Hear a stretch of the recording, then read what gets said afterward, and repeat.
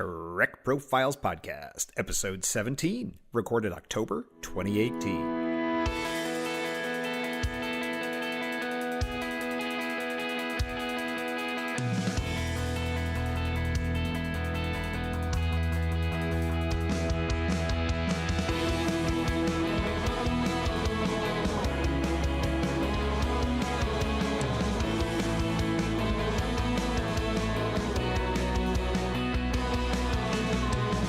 This is the Trek Profiles Podcast, where each episode we sit down with a Star Trek fan. We learn their Trek story, and we try to figure out why Star Trek matters to them, to you, and to all of us. I'm John, your intrepid host of this whole enterprise, and I welcome you to this, the Trek Profiles Podcast, Episode 17. If you wish to get in touch with us, you can reach us at feedback@trekprofiles.com or on Facebook or Twitter at TrekProfiles. If you wish to leave us a voicemail, you may do that by sending us a voice message using the Tricorder Transmissions website, or leave a message at our automated line at 609-512-LLAP. That's 609-512-5527. Warning! As we record this, we are in the middle of the short Trek series, so all previous Trek content up to and including that point is fair game and may be discussed on this episode. You have been warned, human. With me, as always, is the incredibly fabulous, always friendly, generally felicitous M5 Multitronic Unit. M5 available. Let's have the messages and news, M5. Announcements displayed. The Trek Profiles Podcast is a proud member of the Tricorder Transmissions Network. If you haven't checked out our other shows on the network, please visit the Tricorder Transmissions website at www.thetricordertransmissions.com and check out the wonderful content posted there by the other shows. There is so much great Trek content there. You're going to find something you like, I guarantee it. And if you do find something you like, either in this show or elsewhere on the network, please consider supporting us on Patreon. Support at any level gets you access to extended and early releases, uncut episodes, and admittance to our Patreon hangouts, which are always a zany and crazy time. I'm usually on those Patreon hangouts, and I'd love to see you there. And if you are listening to us on Spotify, iTunes, Stitcher, or any other platform, we would be so grateful for your likes, your shares, your 5-star reviews, or your recommendations. These things help other Star Trek fans find our shows, and we appreciate them so very much. Show notes are posted over at TrekProfiles.com, where I've been posting somewhat detailed show notes and extra info for each episode, so check that out if you haven't. Kobayashi Maru time. Let's review the questions from episode 15 with John Champion. Question 1. You graduated at the bottom of your class from Starfleet Academy. Such a shame. Only 2 jobs are left to pick from when it's your turn. Tribble Wrangler or Holodeck Cleanup Crew. John said Tribble Wrangler, and all of you did as well by 75 to 25%. There was a bit of a debate online about if everything in the holodeck actually gets cleaned up or not when they turn the system off. Yikes. Question 2. What's your Klingon weapon, the Batleth or the Mechleth? John said the Batleth, and the Twitter tweets agreed by 67 to 33%. Question 3. Time for a traditional Bajoran meal? Will it be Hasperat souffle, very warm, or groat cakes with the optional squill syrup? John said Hasperat, but all of you preferred the traditional Bajoran breakfast of groat cakes with the syrup. Lita, we can only assume, is pleased. Question 4. Let's have a relaxing game. Will it be 3D chess versus the Cytherian-enhanced Reg Barkley, or a stratagema against a Zakdorn master strategist Kol Rami? John said Barkley, and all of you did as well by 61 to 39%. And finally, the M5 outdid himself on this last Kobayashi Maru question. Just for John Champion, bonk bonk on the head, or you see Timmy. My guest said, you see Timmy, but all of you are apparently much more violent and wanted the bonk bonk on the head by a crushing 78 to 22%. Be sure to follow me on Twitter, and you can have your say on these polls too after each episode. All right, enough of that. Let's get this interview running. Hit it, M5. M5 acknowledges.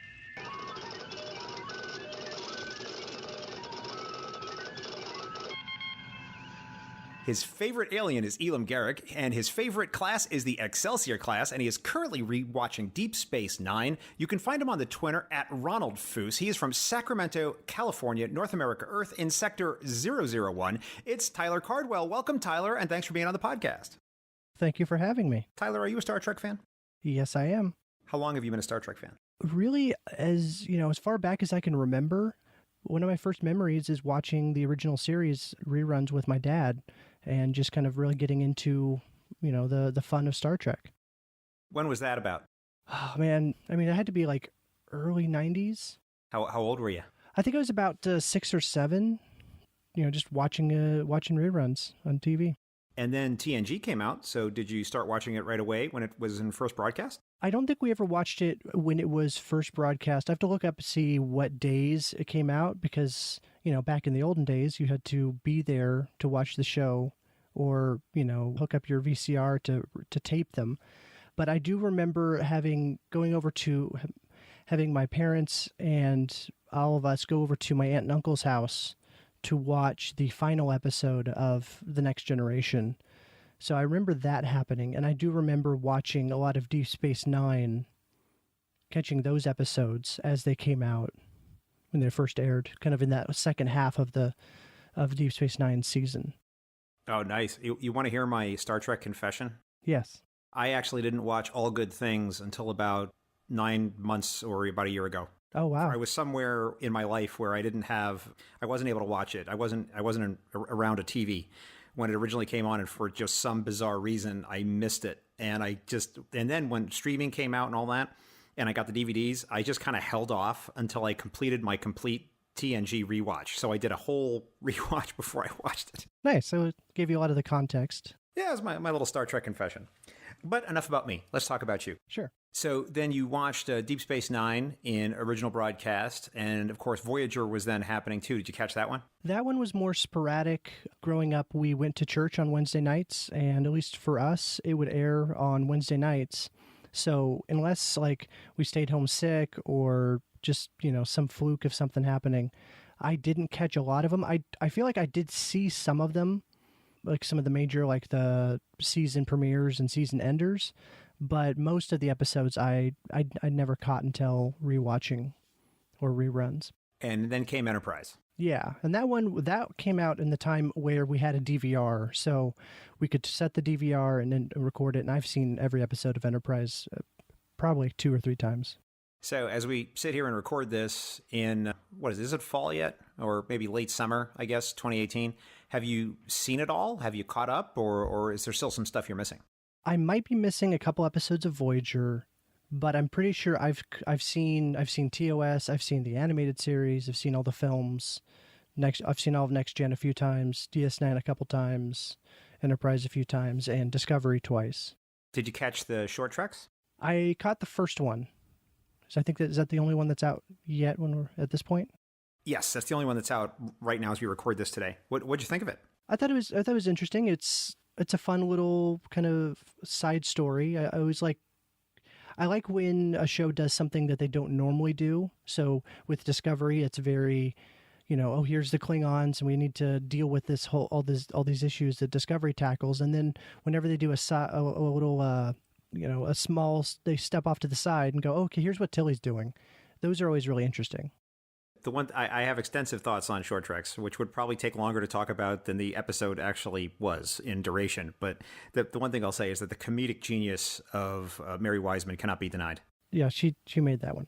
So do you go back and rewatch old episodes, or are you pretty well set with how you've consumed all your Star Trek? I mean, I feel like my whole life is one big rewatch of all of Trek. I think about 5 or 6 years ago, I started rewatching the original series, and then I started watching, when that finished, I did the animated series, watched a couple of the movies, got into the Next Generation, and this is just over this, kind of a casual, decade-long rewatch of Trek, I guess I'm kind of doing, because I kind of have to fit it in between real life things. Are you watching them in order, or are you kind of skipping around and picking your favorites? I'm trying to do in order. If there's one episode that I know that I've seen several times and I just know the back of my hand and I just not interested in seeing it again, I'll skip one, but it's kind of on a case by case basis. But in general, trying to go in order. So I believe you mentioned in one of your emails to me that you're a parent. If I may inquire, how old are your kids? 7 and 5. So are you watching Star Trek with them? I'm trying. See, the goal is to I'll introduce my kids to Star Trek like my dad introduced me, and I don't know they've caught a few things and been interested in a couple of episodes, but it's not like they're glued to the TV. They have a lot of distractions, and they want to play video games and play on their tablets and kind of play with their own stuff. So I'm working on it. I'm hopefully, the more I have it on in the background, the more it might latch on to them. I feel you on that one, Tyler. I mean, my kid will watch a Jedi lightsaber duel like Darth Maul in, what was that one? The Phantom Menace. He will just sit there and watch that lightsaber duel on repeat like 17 times in a row. And, you put on Star Trek and it's basically a bunch of dudes standing around talking. And it just doesn't have the same allure for a certain age group, Yeah, definitely. But I'm sure at some point it's, they'll something will catch their eye and make them start asking questions like, oh, what's that guy? What's his deal? And then you that gets the foot in the door and be able to introduce the rest to it. Do you watch it on streaming or do you use discs? I wish I had the discs. It's just so expensive, and everything is on Netflix now. So I've been streaming. Cool. You a collector? It's another thing I wish I was. I just don't have space, and I don't have budget.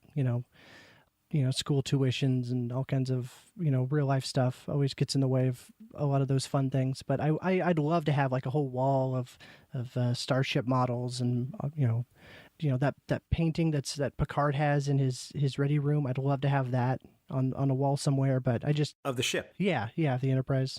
I'd love to have something like that, but I just don't. I don't have space for it. I think it's something that surprises people who know me, and they come over to my house and they know that I'm a serious Trek nerd, and they're like expecting some kind of Trek shrine or something, and there really isn't.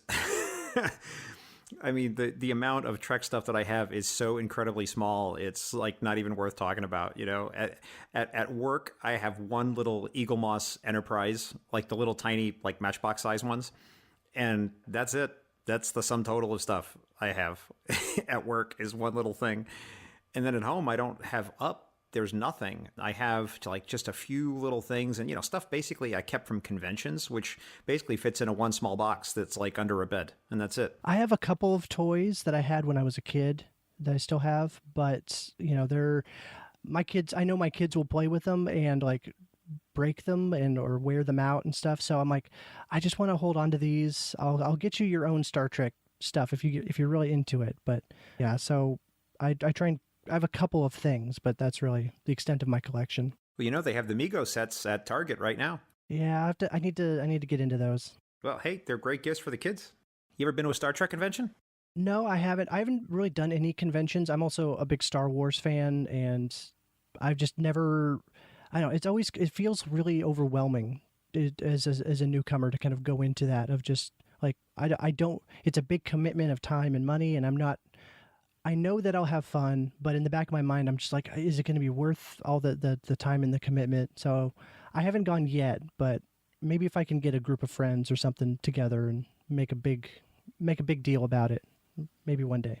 Well, I know that Crystal, and she just went to her first Star Trek Las Vegas just this past year. So, and she enthusiastically endorsed it, I would say. Yeah, I heard she ranted about it. So maybe next year. And for all the listeners out there, if you are interested in conventions, I have to recommend on Tricorder Transmissions, we have a podcast specifically devoted to convention going called Shore Leave, formerly with Jeff and Heather, and now currently with Marina and Jesse. So they cover nothing but conventions on Shore Leave and what the experience is like and how to go and what the ticket prices are and where to go, what to do, how to be, and all the things involved with that. So, and plus we also have an STLV 101 series on Tricorder. So if anyone is thinking about going to STLV, there's and oh, by the way, there's a really terrible guy, John somebody or other, and he's on one of those talking about living in Las Vegas and going to the convention. So, but there's lots of good information there if anyone's interested. So just for the benefit of any listeners out there. And for what it's worth, Tyler, I would totally recommend it. It's really a different experience when you're among the tribe. But there's one thing I want to ask you about, which is you said you're a big Star Wars fan. So I feel like I have to ask you, do you want to weigh in on Star Trek versus Star Wars? And do you feel that it's a versus, or is it both, or is it either or? What are your thoughts? I'm a big fan of both. I never understood trying to pick one or the other, or one is better than the other, or, trying to say that, oh, well, Star Trek is more cerebral and, Star Wars is more just, light action, and I've never been a fan of trying to compare or pit them against each other. Oh, what would a Star Destroyer beat the Enterprise in a space fight? It's just like they're two different things. It's like trying to compare Lord of the Rings and Star Trek. Like they're just different, and it's okay to like both, and there's nothing wrong with either one of them. It's interesting that you say that, because I think that those kinds of things, like, could the Millennium Falcon beat up the Galaxy Enterprise or something? I mean, who honestly could care about such things? But one of the things I've noticed, I'm relatively active on Twitter, and my show account, TrekProfiles, I tweet out basically all Star Trek and fandom type related stuff. So it's very much focused on that. And when I look at the tweets that seem to get for whatever reason, the most retweeted, it's when I'm talking about things like the size of the bridge on the Voyager, or things like where is the Bajoran earring on this particular character in an episode. And like, people really love the minutia of some of this stuff I found, which, it's great, but I feel like it's just something that it's a little bit of harmless fun that people like to engage in, but they really like to engage in it. It's really interesting to me. I'll sit there and I'll really try to put together a tweet about, some really deep and philosophical issue, and like, 3 people say something, and then I'll put something out there about Bajoran earrings, and 3,000 likes and shares. It's amazing. Yeah, and it's always really interesting if you think about the writer's room where a lot of that data comes from, and they're just like, oh yeah, we just needed it to serve this little story thing, and they didn't put as much anywhere near the thought that the fans tend to put into things. And I always think that's really funny. Well, I realize this is a controversial opinion, and I realize a lot of people would take exception to what I'm about to say, and I'm curious to hear what you think about it. But in its purest form, I'd say that Star Trek canon doesn't even exist. Not that, what is or isn't canon. It's that it's just a non-entity. It's not a thing. There's not some holy book somewhere with all the revealed truths about Star Trek in it that actually has any weight, because the people who are making Star Trek, and I'm not talking about Discovery, I'm talking about all the people who have ever made Star Trek, never felt particularly bound to anything that came before. Yeah, and that's something I think I've because I used to be very much like, oh, Enterprise isn't bad because it actually does tie things together, and like I always felt like I was defending Enterprise because people complained about it. And I was like, no, it makes sense. They never, the Ferengi in that episode, it makes sense because they never actually say that they're Ferengi. And that way it's okay when way off in the future, the Ferengi reveal themselves and everyone's surprised. Like, it works. Or the Romulans. And I think those still work. But recently I've come to kind of accept that, it's just a TV show. It's just a set of movies. It's okay that not everything connects perfectly. I think a Discovery has really helped push that for me, because like, I want everything to connect perfectly and interlock and be this one seamless thing, but it's really not. And it's okay that the Discovery has a lot more blinking lights than the TOS Enterprise, or they have that hologram technology that we've never seen before in the future, but it's on Discovery and it's commonplace. It's okay. It's just a show, and that's not the part you're supposed to be focusing on. Well, I'd challenge you on that there, Tyler, because there's a particular DS9 episode, I don't remember which one it is, but they install a holo communicator on the Defiant, and Cisco is like really excited about it. And it's like, hey, have we tried the holo communicator? Wow, holo communicators, this is amazing, And then of course we go to Discovery, which takes place like what, 150, 200 years allegedly before that, and like everybody's using holo communicators, right? Right. And yeah, that's one of the things, that holo communicator is the thing that I've really had to grapple with in my head. And I'm at the point where it's okay. I'm just going to let it go.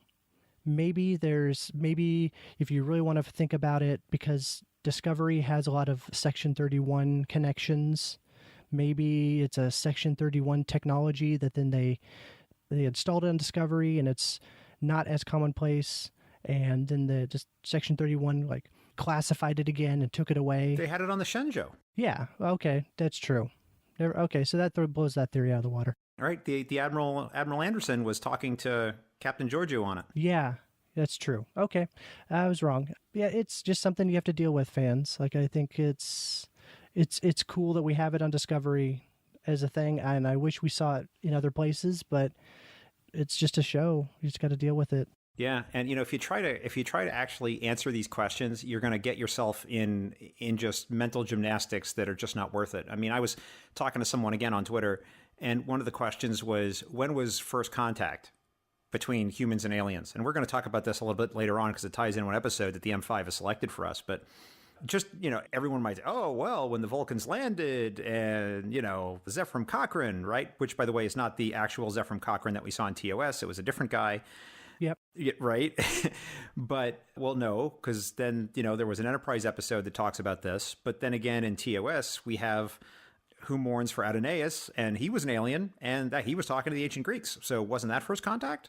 And was there even things might have been before that? I mean, there's no way to answer these questions. It's a very, fans like to talk about this stuff, but I think it's just harmless fun. I don't think that Star Trek canon is any kind of revealed truth that you can really cling to. It's something that you just have to kind of enjoy, but not think about too much. So I think I'm in agreement with you on that one. Yeah, definitely. And I do appreciate it when Star Trek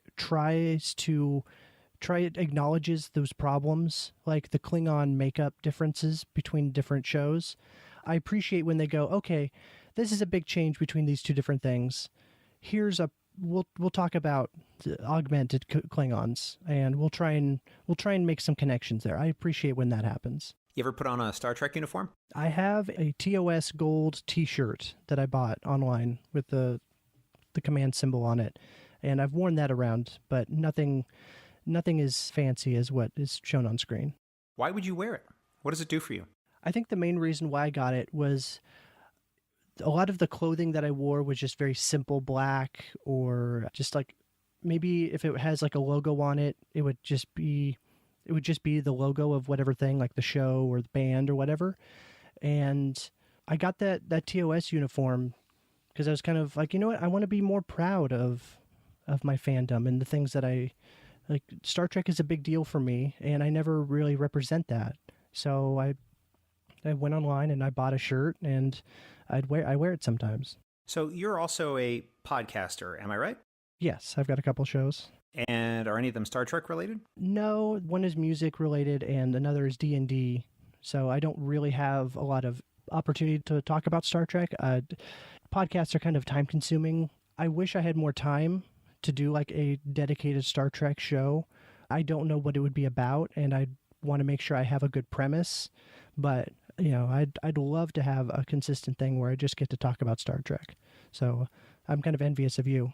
Let's talk about how you got on the show, which was you used our contact form on the website, and you just blindly sent me an email, and you were quite insistent on being on the show, I noticed, because you kept following up, and I would say, okay, I'm really filled up with guests right now, try back in a couple weeks, try back in a month, here's a form, fill this out, and you kept filling that stuff out. So you really wanted to get on the show.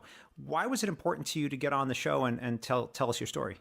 Well, I think because part of it is I don't have a Star Trek outlet in real life, or either through a podcast, or I've got one coworker where we can talk about Star Trek, but other than that, it's just I watch it and I'll read stuff online about it. But so I was like, this would be a really good way to.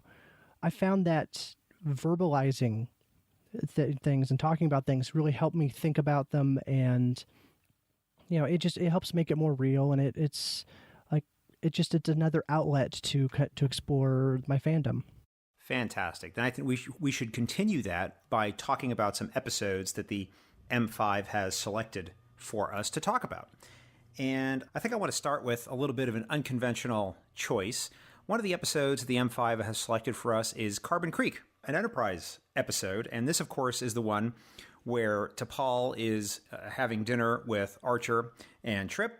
And they, for some reason, are looking up where she goes on her personal time, which, by the way, I found incredibly creepy and is worthy of comment as saying, none of your business, Captain, where I go on my time off, but so be it.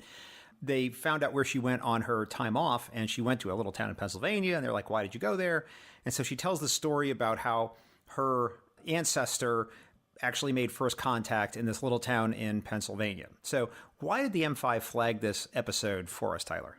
This one was really interesting for me because I'm a big fan of Vulcans as a race, and it was really interesting to see Vulcans on Earth and trying to interact with old timey humans and try and keep their cover as pretending to be human. And there's just a lot of really cool little nods and scenes, and it was really interesting just to see how Vulcans interact with the humans of the I think it's 1950s. Yeah, late 1950s. I think it would have been around 57, 58, somewhere in that ballpark. Yeah, so it was really interesting, and then like having T'Pol's ancestor introduce Velcro to Earth was really interesting. It was just kind of a cool little episode and character study. One of my favorite little trivias from this particular episode is that one of the Vulcans is named Mistral, and Mistral is actually the name of the guy who actually did invent Velcro. So it's a nice little in-joke there. Nice. Did you buy it? I mean, did it seem like something that could have actually have happened, in universe to you, or did it seem a little bit outlandish, or were you willing to give it the benefit of the doubt, or I don't know, how'd you feel about the whole idea of it? I thought it was a really cool idea. We get to see more of Vulcans and having them just wrestle with. I always find it interesting, is in Enterprise especially, where Vulcans have to deal with humans and how humans are illogical and just they're perplexing to Vulcans. And so just having the three of them stuck on Earth and just having to blend in and act like humans is just really interesting. I have to admit, I found it so endearing, the little bit at the end where Tamir, I think her name is. Yes. And she's on the train, wearing that like 1950s dress, and she's got the little sweater on, she's got her little bag, and it's just like, it's so endearing. And I don't know what it was about that scene, but I just loved it so much. And it was just so well done and so well filmed. And I had totally forgotten, or maybe I had never actually originally seen the episode, original broadcast, I'm not sure. But when she comes out with the little bag, I remembered looking at the little bag, going, oh my God, that's so cute. She's got a little purse. And then, of course, we see it at the end, which is we see T'Pol actually having the purse. Mm-hmm. One of the conceits, I think, that was built into the episode, which then they kind of blew up right at the end, was T'Pol actually refuses to say whether or not the event actually happened at the end of the dinner. She's like, well, you told me to tell you a story, so I told you a story, right? And that sort of hints like, well, this may not have happened. Right. But then she goes and pulls out the purse, so we know it did. I almost felt like, in a way, I wonder if the episode would have been better if they would have left it more nebulous, as opposed to giving us certainty about it. I don't know. What do you think? I kind of like that that we get to see as the audience that it probably did happen. But I like leaving it open to Trip and Archer, where they just don't know, they're left with the question. But one thing that I always think about is T'Pol didn't know she was going to tell this story whenever the last time she boarded the Enterprise from Earth or Vulcan. So she's had this purse on the ship for a while. And so that means that this purse is something that is probably sentimental to her. And Vulcans aren't supposed to be sentimental. So, like, why does she have this purse on the Enterprise when, it's just a purse, it's just an object. It shouldn't mean anything to her. It's something that her ancestor had years ago. But why is this important enough to her that she brought it on the Enterprise to be close to her? It's just that's the part that I always really I think about. I think that the Vulcans do have a strong sense of, I don't want to say ancestor worship, but I guess I would say ancestor reverence. Which I think is very clear in some of the episodes and in some of the movies in particular. I think it certainly could be part of that. I don't know if I would call it sentimental, although, perhaps that might be a human characterization for a Vulcan sensibility. But I do think there is something there that Vulcans really do have a sense of ancestry. And I mean, even going back to Amok Time, there was all this talk about Spock's family and, how his family had gone back for all these generations. And it was, he was kind of a big deal, even though a lot of the other people on the ship didn't know that. But I could see that. I was okay with that. Now, because when you're watching the episode, you don't know that she has the bag, right? But first you see the little scene with her ancestor walking around, and I was just like, this is so cute.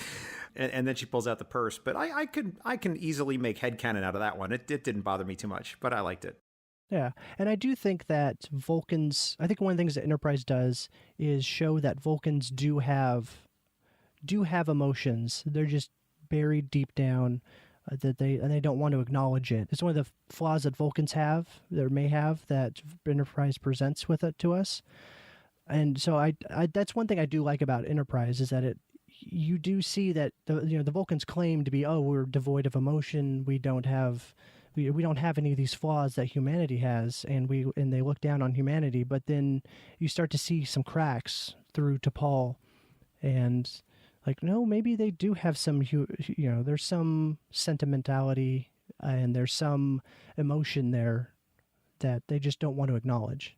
I think you've got it surrounded there, my man. It's just a story that people tell about the Vulcans, that they don't have emotions, but it's not something that is in any way ever been true. It's just that they consider it an incredible social faux pas to demonstrate or acknowledge emotion. It's not that they don't have them, it's that they don't show them or talk about them. That's a good way of seeing it. I like that. All right, let's talk about a Deep Space Nine episode. Let's talk about one that certainly got the producers of the show in a little bit of hot water with another film studio. Let's talk about Our Man Bashir, which is one of these very sort of typical holodeck run-amok stories that they seem to love to tell. I have a general predilection against holodeck stories in general because it removes the reality of the situation, right? It's not about our characters anymore facing like a real threat. It's sort of imaginary. So I'm not usually a big fan of holodeck episodes. But here we have Bashir living out his 007 James Bond fantasy. And of course, Garrick just intrudes without permission, which, by the way, I consider to be a terrible faux pas and terribly obnoxious. I can't imagine ever walking into the middle of someone else's holodeck experience. God knows what you're going to find in there. But Garrick does it. And it's amazing they never think to lock the door or something like that. It's very strange. But in any event, they have this spy experience with all the characters from the outside the holodeck playing key roles because they've been trapped inside and so forth. So why is this an episode that the M5 said we should talk about? I think it kind of goes back to what I said, where I enjoy when a show does something that is not normal, not normally what they do. And so this is a nice little episode where we don't get any huge, we're not dealing with Bajorans versus the Cardassians. We just have this nice little episode where Bashir gets to just be Bashir and do whatever he wants to do, and apparently that is pretend to be a spy in the holodeck. And I do totally agree with you on people barging into the holodeck, and that's a consistent thing that we've seen, in Next Generation and Deep Space Nine, where it's just what changed to where we don't knock when we open doors anymore, especially in a place where it's a complete fantasy and who knows what you could be walking into in somebody else's personal time. That's crazy. I think that, and this is a diversion here, but I'm free to explore it if you want to. It seems to me that there's many dystopian elements within the Federation. In other words, we've seen things like a complete lack of privacy. They don't seem to honor or respect privacy at all in the Federation. So here's an example of people just barging into other people's holodecks, right? There's a TNG episode I recall where LaForge decides to go through another character's personal logs, and he didn't seem to need anyone's permission to do so. He just said, bring up so-and-so's personal logs. I want to review them because reasons. And there they were. And I thought, that seems to me like a horrible breach of some sort of social norm. But no one seemed to care about it. And there's a lot of this kind of stuff, like just in Carbon Creek, that T'Pol takes some personal time, which she's allowed to do. She goes and does what she wants to do. Then she comes back to work. And the captain is like, now, why did you go do this on your personal time? Like, why did you go to this place? Please tell me about it. First of all, creepy as heck, dude. Step off, right? And I can't even imagine that anyone would feel that that would be okay to do.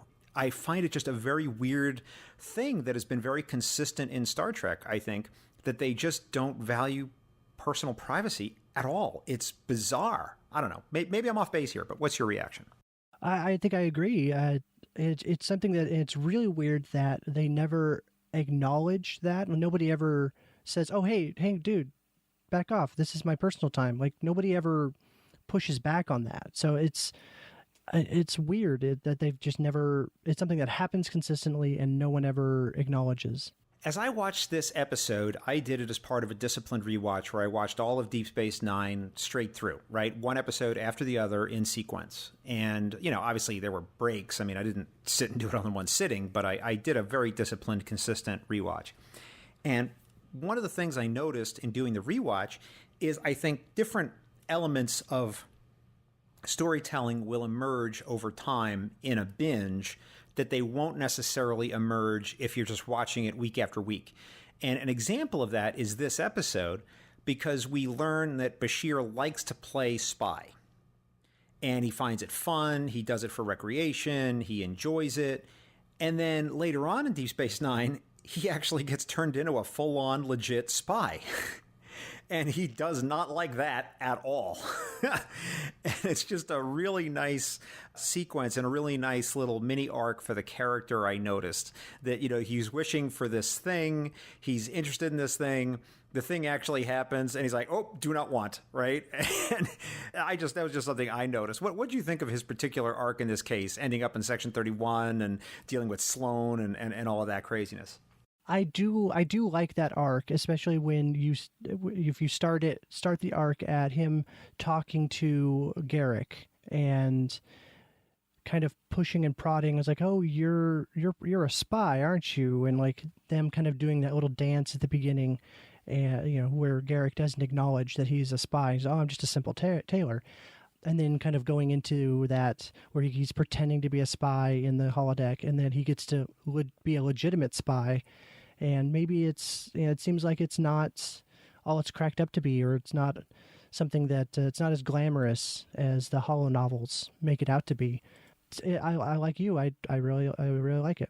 Let's continue with Deep Space Nine, and let's talk about In the Pale Moonlight. Certainly a favorite that's come up on Trek Profiles before. Why did the M5 identify you with this episode? I don't know if I have anything new to say about it. It's this one episode that everybody loves, or everybody seems to love. I'm sure there's people who hate it. But it's the one where we get to see Sisko kind of start bending the rules. Why should we like an episode where our captain becomes complicit in murders? I'm being deliberately provocative here, so I just want to put that out there. No, that's good. That's a good way to phrase it. I like to think about this episode and put other captains in Sisko's position. Like if Picard was there, if Picard had to make that choice, I don't think he would do the same thing that Sisko would do. I think Picard would keep to the moral position that he tends to have, and I think that maybe the Federation wouldn't exist anymore, or at least not in the same way that it ends up being at the end of Deep Space Nine. So it's kind of that question of, is it okay to let one or a few people die to save the Federation? So it's not necessarily like I like it because, oh, this is a great thing and this is such a fun episode because the captain's going to be complicit in the people's murder. It's more of this. It's a really interesting episode to think about and to it asks hard questions, and it's a good one that we as fans we can grapple with. And that's something that Trek doesn't do all the time. One of the things I often try to do is to draw parallels between Star Trek and real-life events. And I like to think, if this was happening in the real world, how would this be, right? What would we say about this? If this was happening like in 2018 United States or 1995 United States or 1987 France, just the real world, in some context, right? I'm American, so I happen to pick the United States, but I don't mean to do that intentionally. And here's a case where we have a military officer on his own taking decisions which really should belong in civilian elected authority. But he's unilaterally doing things which I think if a military officer in any modern democracy was doing, he would be taken out and literally cashiered out of the service for. If you need a real-life example, right, and this might be before your time, Tyler, and I don't mean to put you on the spot, but back in the 80s, there was the Iran-Contra hearings, and at one point, Lieutenant Colonel Oliver North, which people can go Google, went before Congress And the Congress was, I think, out for the president at the time, President Reagan. They were trying to implicate him in something that went on in Central America. And the details of it are unimportant. But the implication that Lieutenant Colonel North made was the president never ordered me to do any of the things that I did, which were most likely suspicious. It's that I knew he wanted them done, so I did them. And he didn't ask me to do them. He didn't tell me to do them. I just took independent action and did these things because I knew it's what he would have wanted. And Congress was like, well, when did he tell you? You know, it's like he didn't tell me to do any of these things. No one told me to do these things. I did them all on my own. And this guy was pilloried for this, right? And I'm not saying whether he was right or wrong. I'm not expressing a political opinion about it. My only point is that here's a military guy who said, I took these major foreign policy decisions on my own. And people went berserk. And I think rightly so, because we don't expect military officers to be taking major foreign policy decisions upon themselves.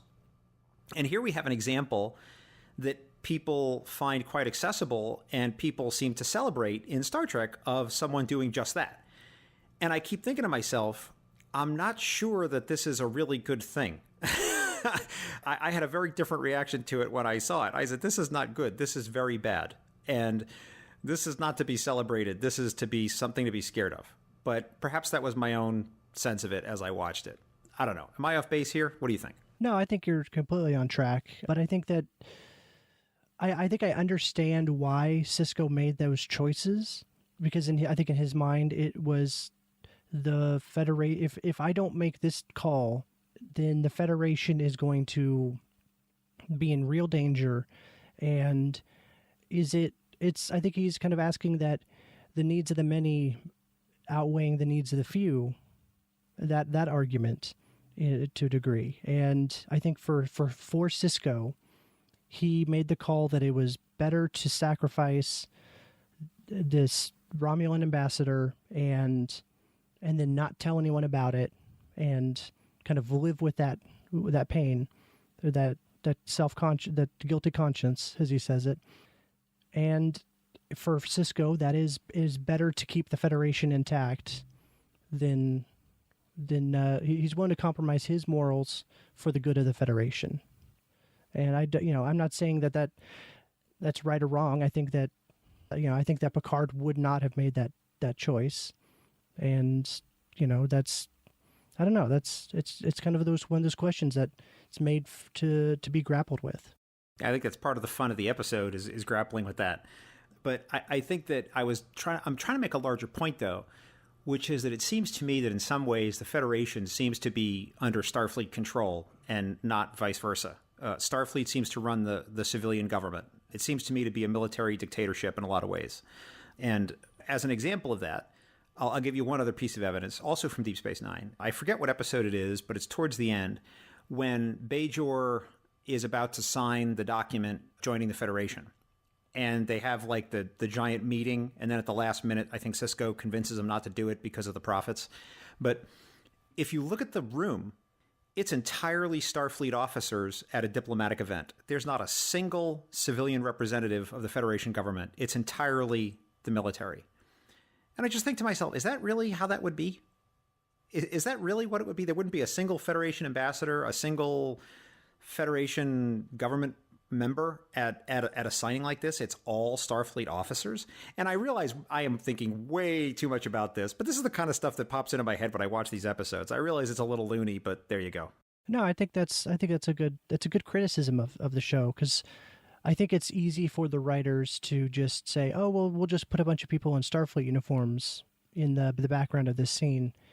And because it's a lot easier to do that than it is to figure out what the whole political landscape of the Federation is, and like really get some nuts and bolts in there.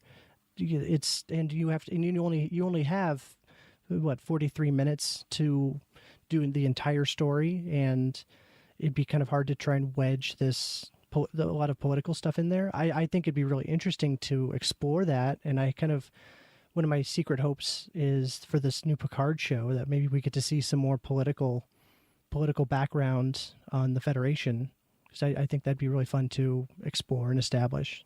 Not that we know anything about the Picard show, except for a very, very little bit that they've announced. But the one thing am pretty well convinced of as we record this, and I'll be interested to hear your reaction to it, is that if you look at the way that TV is and all popular entertainment is today, I don't think that there's, especially, and I'm talking about male characters, adult male characters, I don't think there's a Picard-like character allowed to exist in 2018 media. All the modern male characters in popular entertainment are broken or insane or defective in some way. Like, you can have a Rick Grimes on Walking Dead. You can have a Logan from the Logan in the Logan movie, right? Where he's like, troubled by all these things that has happened in his life and he's, dealing with his demons. You can have a Walter White on Breaking Bad. But you can't have a Picard. You can't have this guy who's like intellectually assured, who is confident in himself, who knows the right thing. Like, that character just cannot exist in media today. And that has nothing to do with Star Trek. That's just the current moment. So I'm very well convinced, and especially based on what Patrick Stewart said at STLV on the stage, we are going to be seeing a very broken type dude of some kind. He's not going to be the Picard that we knew. He's going to be damaged in some way, and the show might be about him trying to put himself back together or something else. I don't know. But the one thing I am absolutely sure of, it is not going to have any TNG flavor. It's not going to be about, him, giving a speech and setting things aright. It's going to be about him trying to put himself together and being very broken in some way.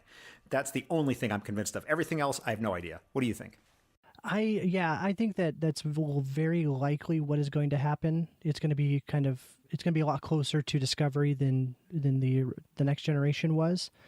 I'm kind of hoping that the writers know that, because when it was announced on stage and everybody online was just flipping out about, oh, Picard is back, like we get this guy back, and I think that they have to know that people want Picard back. They don't necessarily they do want Patrick Stewart back, but I think a lot of fans want to see Picard back, and Picard as this moral compass. And I think it'd be really interesting is if the Federation has gotten darker, similar to how the TV landscape has gotten darker, and then we see Picard, who is still kind of that beacon of moral goodness, and the show is about him dealing with how everybody else around him isn't. I think it would be interesting is if they kept Picard, this moral compass for good, in a world where everything isn't as clean and bright and simple as good versus evil that that TNG had. I think that would be an interesting show to see Picard trying to elevate the rest of the Federation to what the ideals of TNG were. Does that make sense?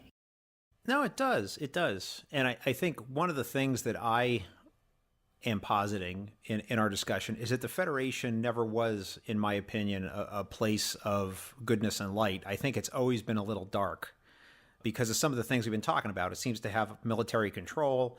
It seems to be a place where privacy doesn't exist. But I think that people told themselves stories about it, right? Like, we're the good guys. I don't know. So we'll see. I'm excited to see it. I think, of course, Sir Pat is going to be amazing, as he always is, and I think it's going to be an interesting show. So I'm kind of looking forward to it. Yeah, and I do think that in the Next Generation, it's like you said, everyone's, oh yeah, we're the good guys. We're really awesome. We're the, we're perfection. Like we're spreading this thing to the rest of the galaxy, and then that's what Deep Space Nine does a really good job of, is showing the rest of the galaxy reacting to the Federation, and that great conversation that Quark and Garrick have about root beer. And, it's insidious how the Federation operates to the rest of the galaxy. I'll say one thing about this. Since you mentioned Quark, he's probably, I don't want to say a character that I like. I don't want to say I like him. I think he's got a lot of problems. But I'll say that he evoked a lot of sympathy and empathy in me as I watched the show, because the way that they treat him is really unconscionable, even though he's not a good guy. There are times when he does the right thing and gets no credit for it. And the way that they speak to him, and I'm talking about the Federation people on the ship, on the show, the way that they talk to Quark is unconscionable. And if you had just replaced Quark with a human, with Cyrano Jones, let's say, and put those same lines in there about, Quark, go do this and that and the other thing, I think we would have found it very objectionable. But because he's an alien, right, it's somehow okay. And so it struck me as a strong streak of xenophobia that was running through a lot of the Starfleet officers when how they treated Quark. And I found it really distasteful. I felt sorry for the guy. I don't know. I'm still early on in my Deep Space Nine rewatch. And Quark, there's several episodes where Quark directly puts the station in danger, or there's an episode where he invites a bunch of bad guys onto the station when it's mostly evacuated, and they try and steal Dax's symbiote.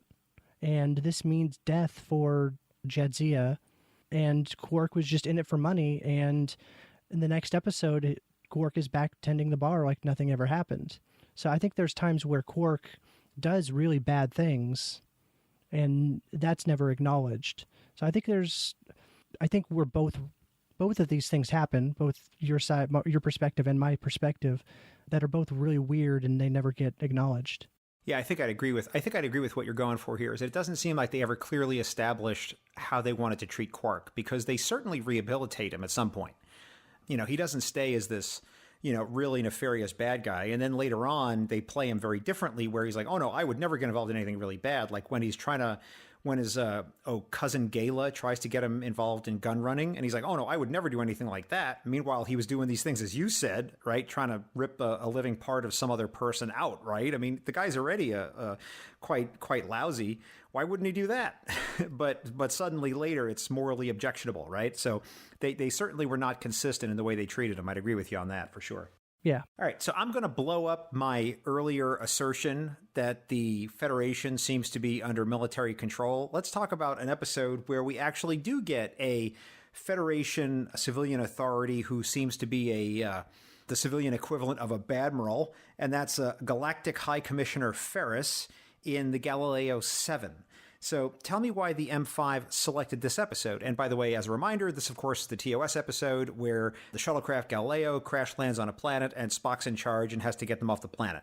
So tell me why this episode came up on the list. So for me, this was one of those first episodes that I remember watching as a kid with my dad.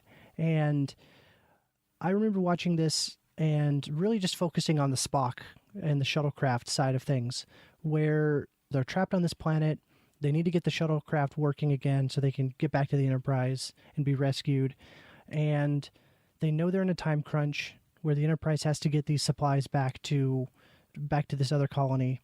And there's these creatures that attack, and one of the crew members dies, and all the humans on the away team want to have like a funeral and a burial for their fallen crewmate. And Spock is very much, well, we don't have time for that.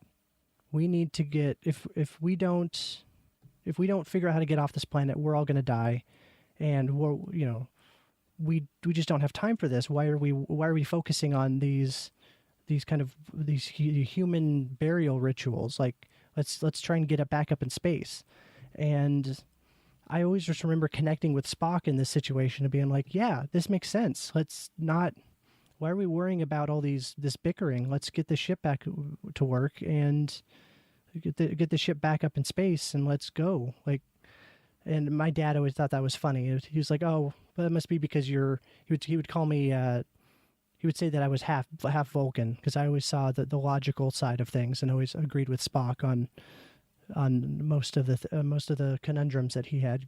I think that the thing that he's missing in this is that it's one thing to be logical, but it's also another thing to have humility and to be aware of the fact that other people have different ways of living than you.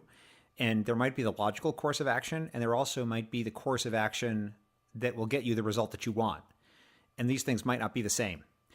And as I watched this episode, I got to say, first of all, I was really tickled that the M5 coughed this one up, because I've actually used this episode in in my day job in a leadership development course that I used to teach for people who were in their first supervisory roles. And we used it as a meditation on leadership styles. And so we would show clips of this, and then we would ask, like, or actually we wouldn't show clips. We told people to go watch it, and then they had to watch the episode before they came to class. But we would use this as an example and say, okay, at this point, what should you do if you were in charge of this group of people, right? What are the different kinds of options? And not only what is the correct decision, but how should you communicate that decision in a way that is likely to be received and embraced by the other people? Which is the part that I think Spock lacked. Yes. And I really enjoyed the one part, and actually I shouldn't even say enjoyed, the one part I found very stimulating was when he was talking, I think it was to McCoy, I don't remember now, where he's basically self-examining and he's thinking, I have made every decision totally correct, and I have performed the correct procedure in every single circumstance, and I don't understand why I'm not being successful. Which, by the way, was the number one thing that young leaders would say when they would come to me at work. And they would say, I'm having trouble on my team because I'm making all the right decisions and I don't know why the right things aren't happening, right? I have been in the room while people are telling me this, and I'm trying to coach them and help them with it. Because that's actually what I do for a living is learning and development and organizational psychology stuff. And I really, really enjoyed that particular element of the episode because I think it speaks to something that a lot of people struggle with when they're in those kinds of roles. And I found it very human and very relevant to the human experience in day-to-day living. I just thought it was great.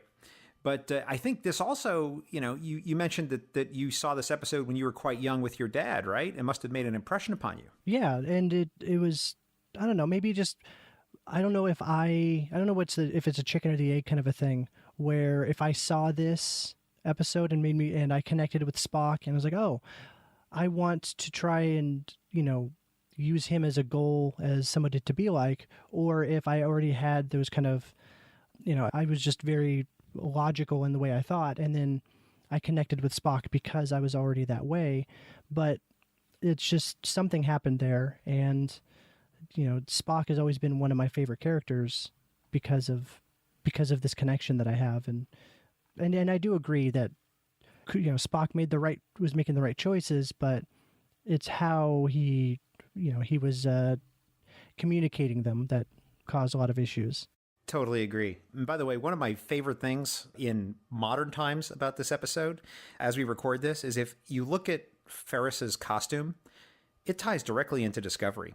So it goes back to earlier we were talking about, right? Like canon is really just a fan exercise and things we like to just imagine in our heads.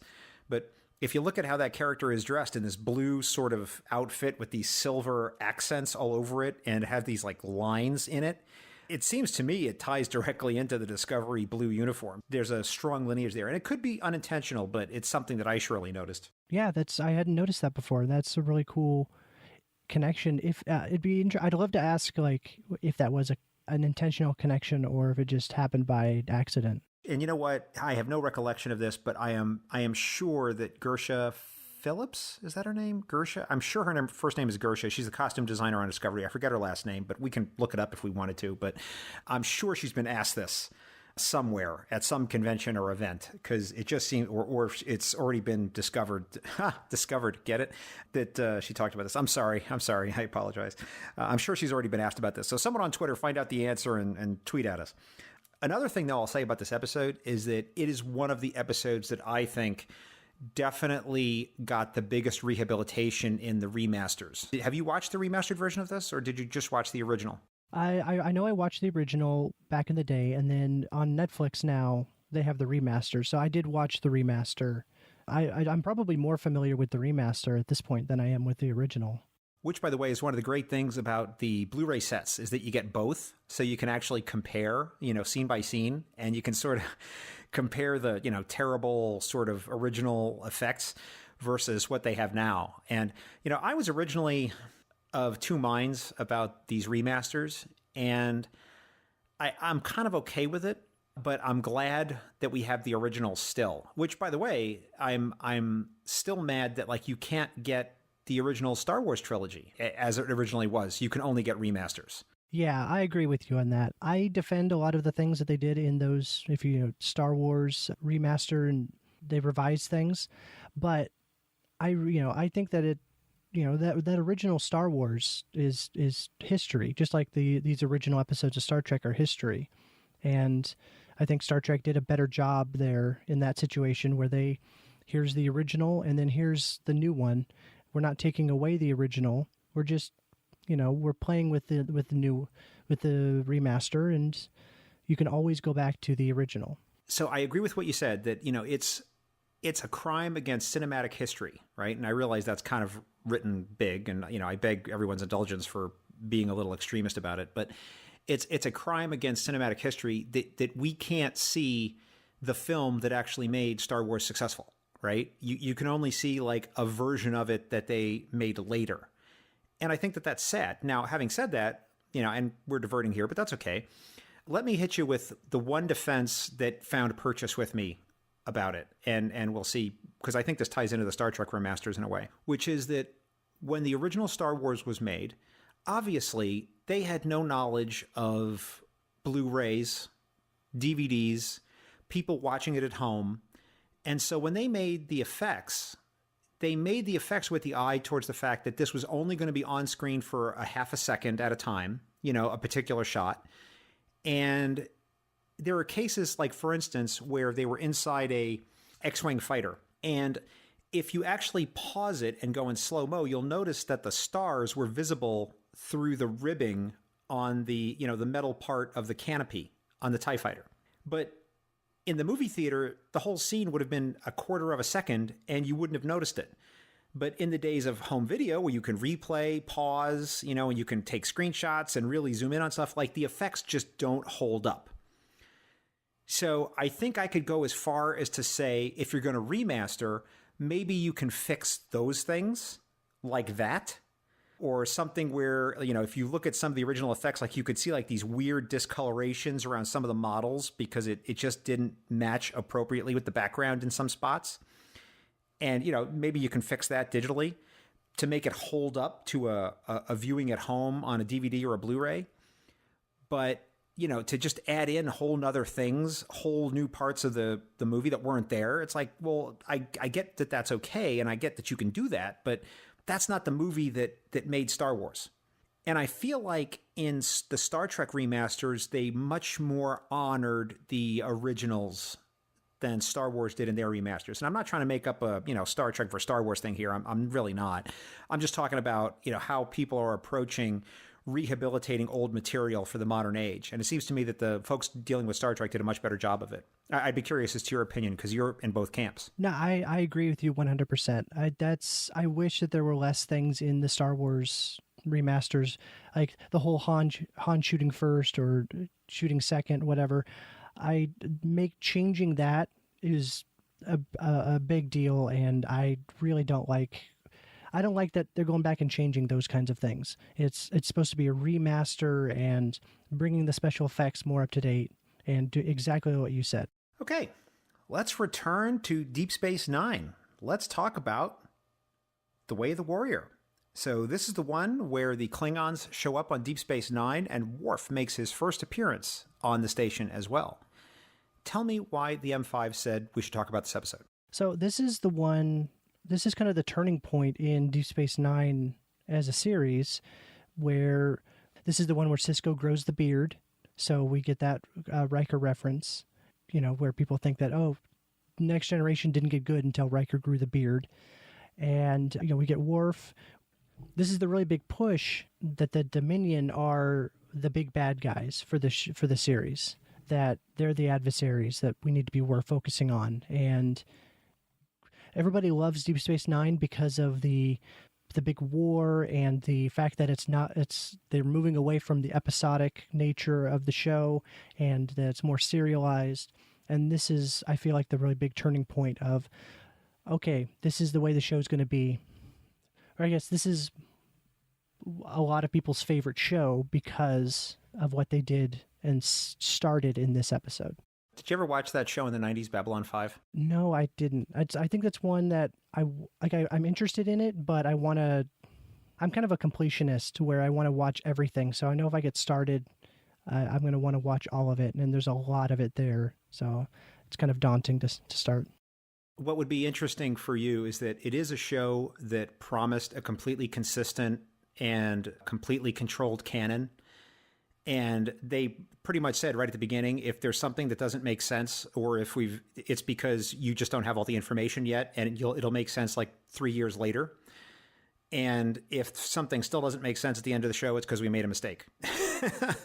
So they really do have a very hardcore canon, because the majority of the show was written by one guy. So it really is, if you like that sort of thing, an internally consistent world that has consistent rules, they certainly do have that. And I'm a huge fan of it, and I will gladly be your Sherpa. So reach out to me on Twitter, and I'll happily guide you through it. But the reason I bring it up in this context is because there's this one particular character, and every season he has a completely different hairstyle. And so it's sort of like the Cisco's beard of Babylon 5, right? It's like when this guy is bald, it's getting good. When he's, got this particular haircut, it's getting crazy. And, when he has long hair, it's kind of meh. So it's I guess that must be a rule in sci-fi universes, right? The hairstyles dictate something about the show. Yeah, it's like your lighthouse for what the season is going to be. Yeah, exactly.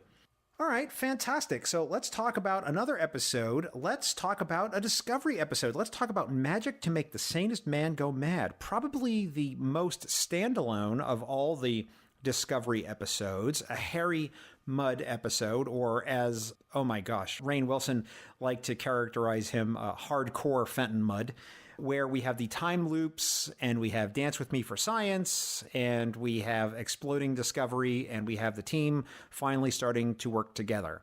Tell me why the M5 says we should talk about this. Yeah, like you said, it's this is the episode where everyone really starts to work together, and this is another one where it's the most unlike episode of Discovery that we've seen so far, where it's literally a bottle episode, but there are points where they're having fun, Mudd is having fun of just, killing the ship and killing everybody in different ways, and enjoying himself as he's trying to figure out what makes the Discovery special. But we get to see this is where Ash Tyler and Burnham, really kick off their romance. This is an episode where we kind of find out more about the relationship between Culber and Stamets, how that started. And it's just an all-around really good episode. How did you feel about the new version of Harry Mudd? So the TOS version of Harry Mudd, I think, is kind of problematic in today's world. So I thought it was, I don't know, it's weird.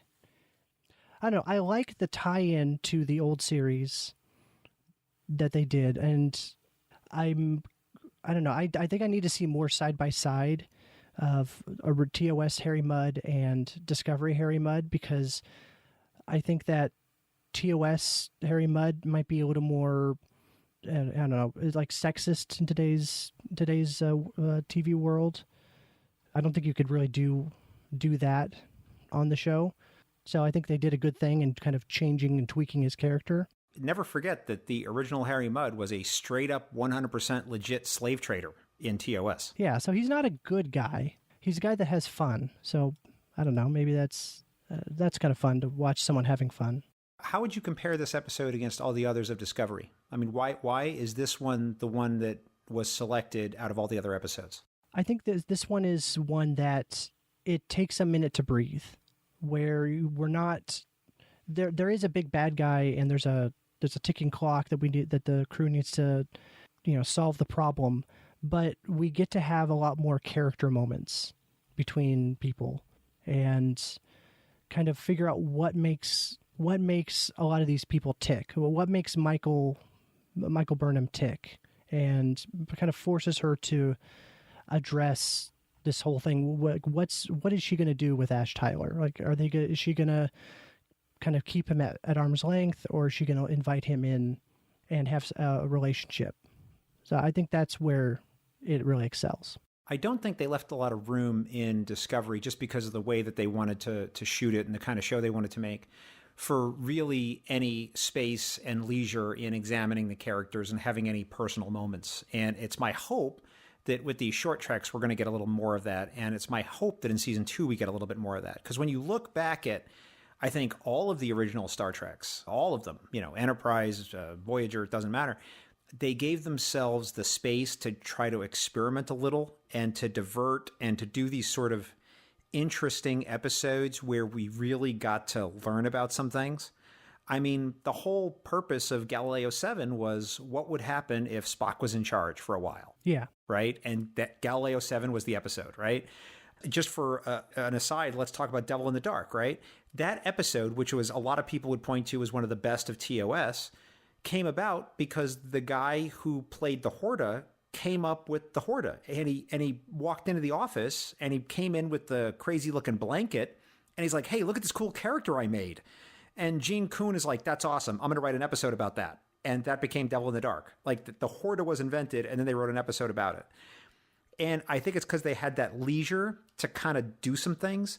Whereas I think that one of the things I'm cautious about in Discovery is that because they're so hell-bent on the season-long arc, that they're just trying to advance the plot in such a hell-bent sort of way that they're not giving themselves the space to have those kinds of moments in the show. And I as a viewer, I kind of miss that. And so I was glad to see that included in this episode, and I was glad to see them doing that in Short Treks. How about you? I agree 100%. I do like, in general, doing long arcs where they can tell a nice big story, but I do agree that with Discovery specifically, there's not a lot of exploring what the characters are thinking and what the characters are like, or at least not as much as I'd like to see. Because I'd love to see more about Burnham and what this duality of Vulcan life versus her human genetics versus her Vulcan upbringing, and what life on the Discovery means for that, where now she's surrounded by humans and I don't think there's any other Vulcans on Discovery. So she's kind of this, she's now in the real world. What does this mean for her? And does she kind of give up on some of those Vulcan tendencies, or that's the kind of the thing I want to see more of. And hopefully we can see that more in season 2. Given that we've been talking about the fact that sometimes they can allow themselves to experiment, let's talk about an episode that I think is the paragon of that, Trials and Tribulations, where Deep Space Nine crossovers with the much beloved David Gerald written episode of TOS, The Trouble with Tribbles. So this is, I think, a perfect example of the kind of thing that you can only get if you allow yourself a little bit of space to experiment and to do sort of these what if sort of things, right? Like, what if the crew of Deep Space Nine went back to a TOS episode, right? We aren't going to get anything like this in Discovery, I don't think. All right, it could be wrong, but I just don't see them doing that sort of thing in the new show. But I really enjoyed it, and the M5 flagged it as an episode for us to talk about. So tell me why you think this is a particularly good or meaningful episode of Star Trek.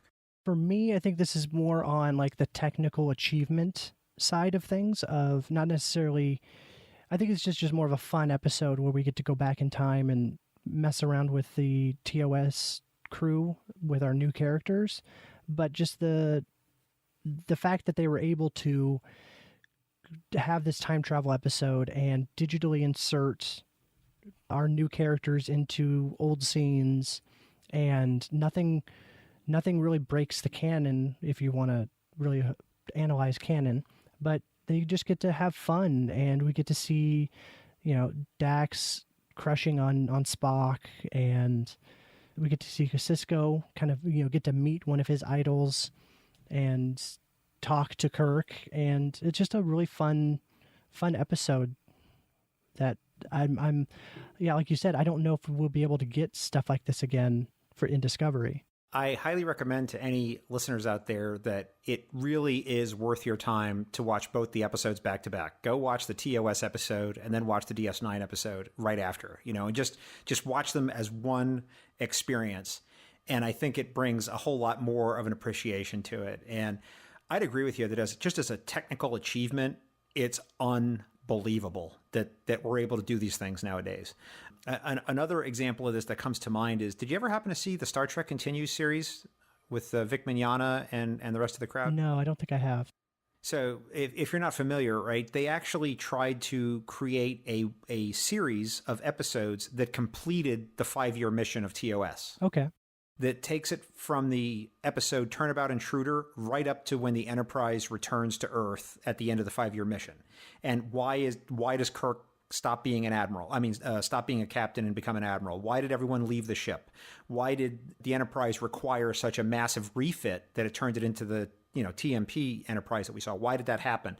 And so it's really a continuation that tries to explain that and fill in the gaps.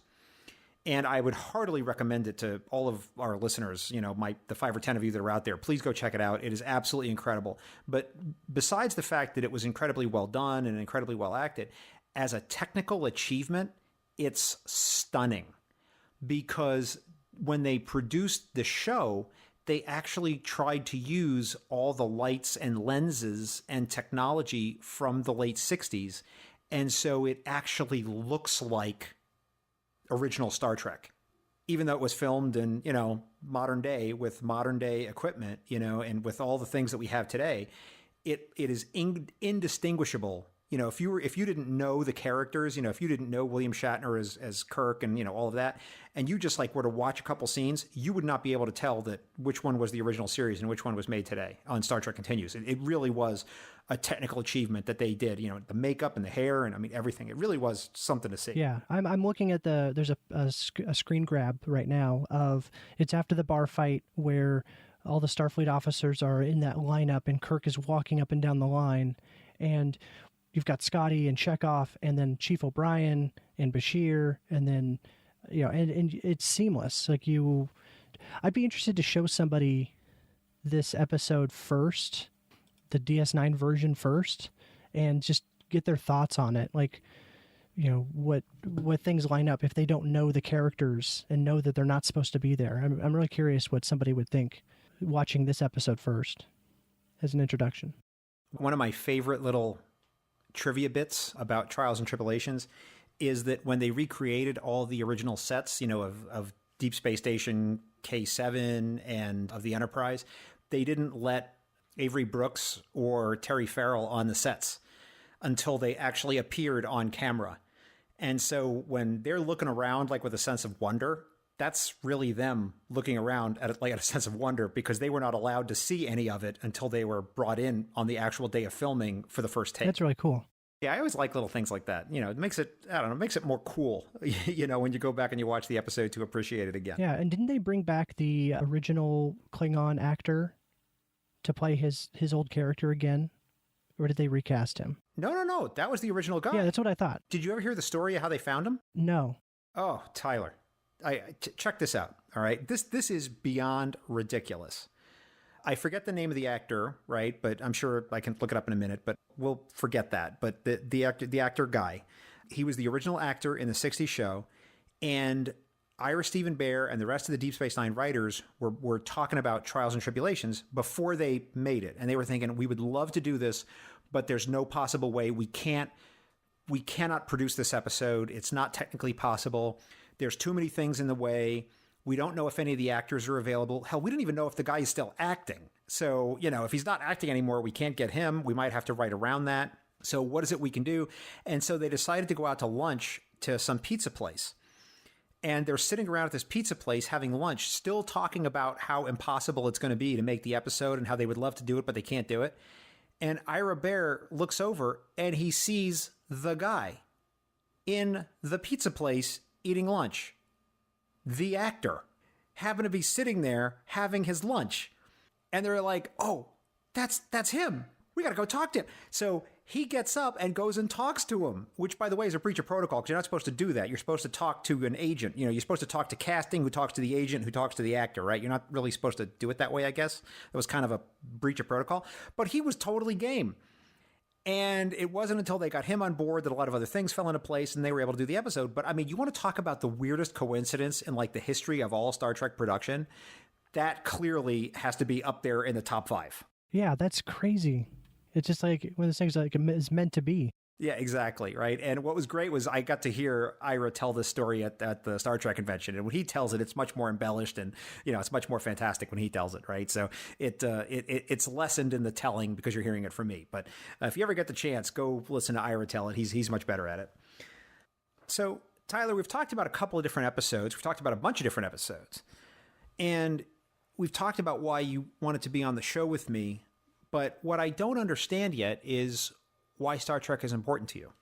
I think part of it is kind of those memories of growing up and watching it with my dad, and my dad's still around and we still watch Star Trek and stuff. But there's a lot of those kind of growing up memories. But for me, Star Trek is it represents like the ideals that I think we should be striving towards as humanity.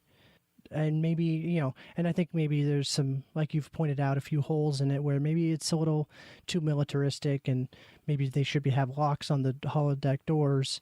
But I think in general, like having this society where everybody is equal and everybody works together, and the main goal is to explore and not conquer or make money, or it's a thing that I think that humanity should strive to become more like. What are those ideals?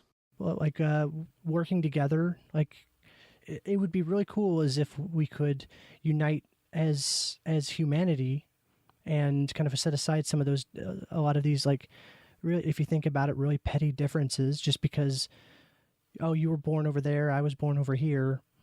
We're not supposed to like each other, so we don't like each other.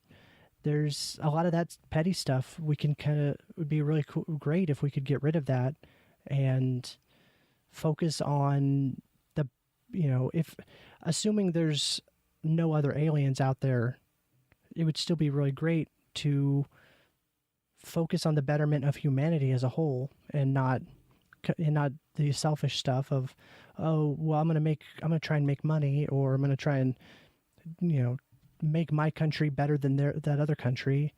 Those are the kind of goals that I think that we should be focusing on, looking out to the stars and expanding and exploring. I think those are some beautiful thoughts, my man. And I have to tell you that I've really enjoyed our conversation. I really have. But the M5 is a harsh taskmaster. And he is signaling me, Tyler, that it's time for the Kobayashi Maru. The Kobayashi Maru is a challenging and difficult test, cunningly prepared by the M5. Should you not only survive the test, but pass it as well, the M5 will award you an honorary Star Trek title. Are you ready to face the Kobayashi Maru, Tyler? I am ready. I do not believe in a no-win scenario. Very good. M5, load the Kobayashi Maru simulation and prepare to record Tyler's responses. Loading. Question 1. Which is the nicer uniform, TNG dress whites or monster maroons? Maroon. Which is the better way to start your day, Pejuta cold or Pejuta hot with lemon? Cold. If you were to be held prisoner by a Star Trek baddie, would you rather it be the Shellyak or the Breen? I think I'd go with the Shellyak. Who's chasing you, the crystalline entity or the Doomsday Machine? Doomsday Machine, 100%. You are a 24th century Ferengi child, and you have just obtained a whole box of Marauder Mo action figures. Take them out of the box and play with them for loads of Ferengi kid fun, or leave them in the box, because it might be a good investment. Definitely leave them in the box. Simulation complete. M5, please compute the results and tell us if our guest has passed the Kobayashi Maru. Analyzing.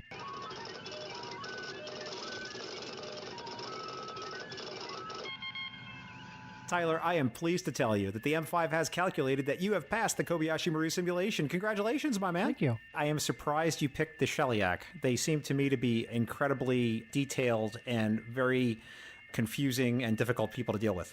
Well, I like a good challenge. Fair enough, fair enough. And now, the M5, who has analyzed your answers, will award you an honorary Star Trek title on behalf of our podcast. M5, what title shall we award our guest? Tyler is awarded the title of Chief Scripts Writer for holodeck amusements at the Antares Starfleet shipyards. So, there you go. All right. Am I able to focus on maybe putting locks on the doors? Or is that a different department? You totally are, man. That is totally approved. In fact, please do that. You have my endorsement. Awesome. Tyler, please tell people how they can get in touch with you. Yeah, if you want to find me on Twitter, I'm at Ronald Foos. And if you want to hear me play Dungeons & Dragons with some friends, you can hear me on Nerdy People Play D&D. Tyler, thank you so much for being part of the Trek Profiles podcast. Well, thank you. It was a blast.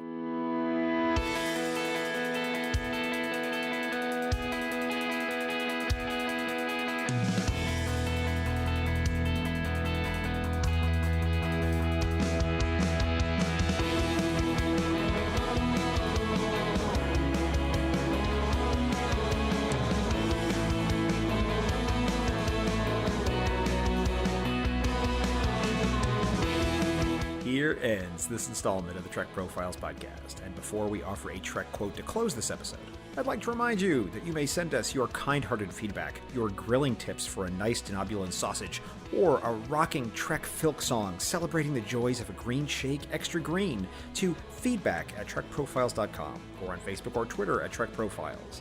Anything you send us, maybe used in the show, or maybe cast into the mirror universe for the glory of the Empire.